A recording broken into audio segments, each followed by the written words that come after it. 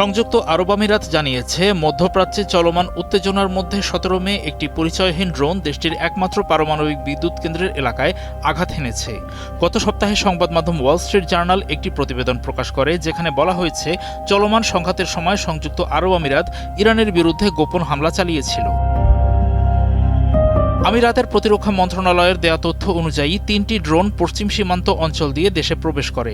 ২টি ড্রোন ভূপাতিত করা গেলেও তৃতীয় ড্রোনটি আল ধাফরা অঞ্চলে অবস্থিত বারাকাহ পারমাণবিক বিদ্যুৎ কেন্দ্রের অভ্যন্তরীণ সীমানার বাইরে থাকা একটি বিদ্যুৎ জেনারেটরে আঘাত এনেছে। তবে এতে কোনো হতাহত বা তেজস্ক্রিয় দূষণের খবর পাওয়া যায়নি।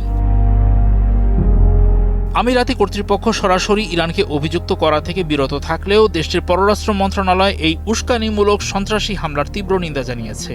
তারা বলেছে, এই হামলা জাতীয় নিরাপত্তাকে হুমকিতে ফেলেছে এবং উত্তেজনা আরও বাড়িয়ে তোলার ঝুঁকি তৈরি করেছে। সৌদি আরব জানিয়েছে, একই দিনে ইরাক থেকে তাদের আকাশসীমায় প্রবেশ করা ৩টি ড্রোনকে তারা প্রতিহত করেছে।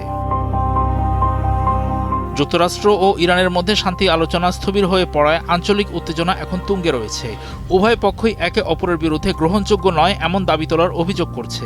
বেশ কয়েকটি সংবাদ মাধ্যম সাম্প্রতিক সপ্তাহগুলোতে প্রতিবেদন প্রকাশ করেছে যে মার্কিন প্রেসিডেন্ট ডোনাল্ড ট্রাম্প গত মাসে ঘোষিত ভঙ্গুর যুদ্ধবিরতি বাতিল করে ইরানে আবারও বিমান হামলা শুরু করার কথা বিবেচনা করছেন।